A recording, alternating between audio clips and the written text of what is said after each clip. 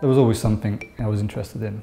And I think obviously because I was a child in the 80s, stuff that was around, or packaging, clothes, it was all kind of bright, kind of fluorescent.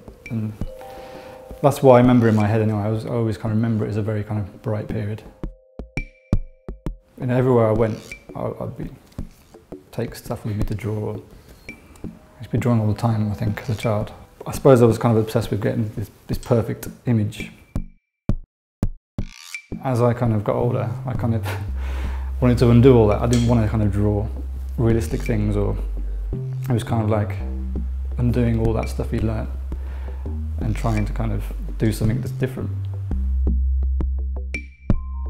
I think in my mind I kind of knew or figured that I would do something artistic, you know, using those skills, but I didn't know what form that would take, you know. And it wasn't until I think when I got to art college, I suppose I got interested in the more kind of precision of graphic design. I remember being quite impressed by that you kind of make something look like, you know, you just picked it up off the shelf of a shop or a magazine, you know, how yeah, you could kind of control that kind of perfection.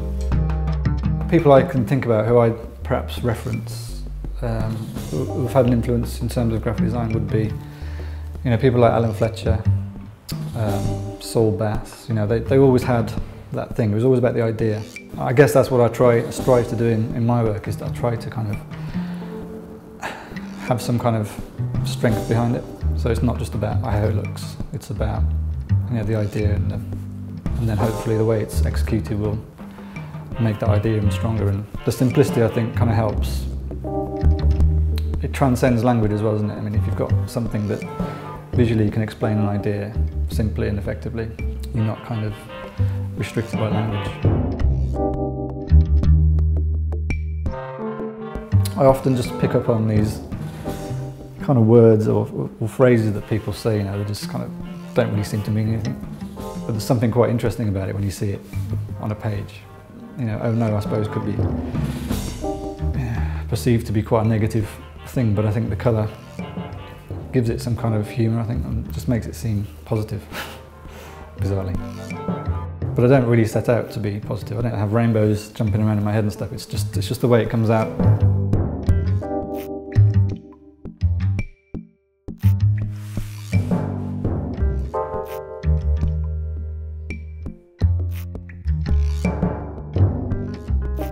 I'm kind of interested in taking the perhaps everyday stuff that people often take for granted or overlook, perhaps, like, you know, packaging, containers, detergent bottles and things like that, and actually trying to turn something that's quite an everyday thing into something that, you know, is perhaps interesting and, you know, potentially aesthetically pleasing. I think perhaps there's a little bit of that in what I do. You don't really want to pin down a meaning too much, you know, because then I think it destroys the whole thing. And what's nice about these things is that, you know, they're kind of open-ended, and you think you know what it means, but it could mean several other things.